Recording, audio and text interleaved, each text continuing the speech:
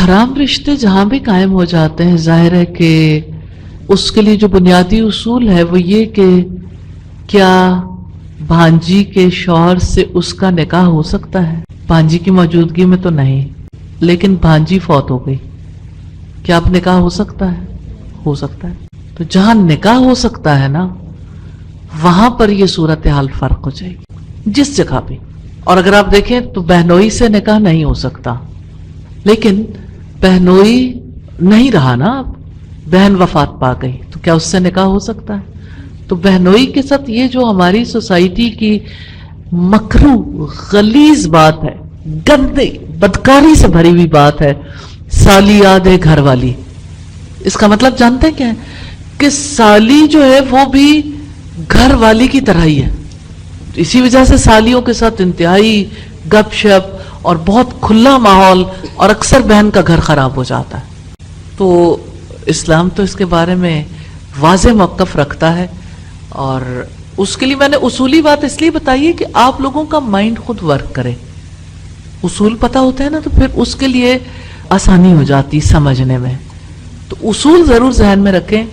جہاں کسی کا نکاح ہو سکتا ہے نا، مثلا چچا کے ساتھ نکاح کبھی نہیں ہوگا، رضائی چچا کے ساتھ بھی نہیں ہوگا، کبھی نہیں ہو سکتا۔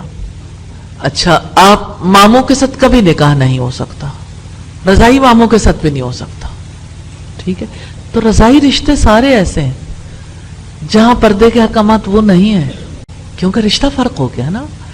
البتہ آپ یہ دیکھیے، جیسے آپ نے چونکہ سوال کیا بھانجی کا، تو بھانجی کا جو شوہر ہے، بھانجی کی موجودگی میں وہ خالہ کو تو نہیں لا سکتا، لیکن عدم موجودگی میں لا سکتا ہے، لہٰذا اس کے شوہر کے ساتھ یہ ایج پر بھی ڈیپینڈ کرتا ہے۔ پردے کے احکامات بہت زیادہ فیملیز میں جب امپلیمنٹ ہوتے ہیں نا، تو اس طرح سے ایک خالہ ہے، بزرگ خالہ، اور اس کا جو ہے وہ نواسے برابر بھانجی کا میاں ہے، نواسے کی طرح، تو ظاہر ہے اتنی زیادہ سختی تو نہیں رہ جاتی نا پھر۔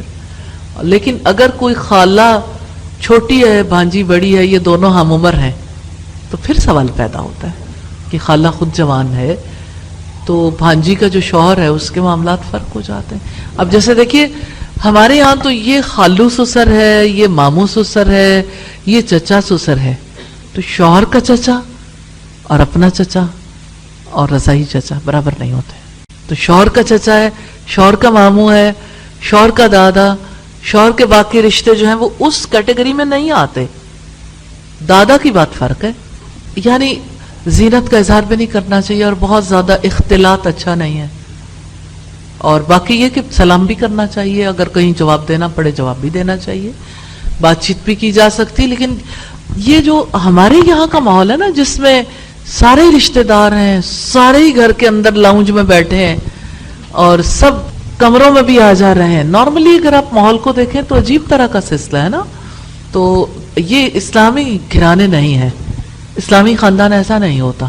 تو اپنے گھروں کو اسلامائز کریں، کلچرلی اسلامائز ہونا چاہیے۔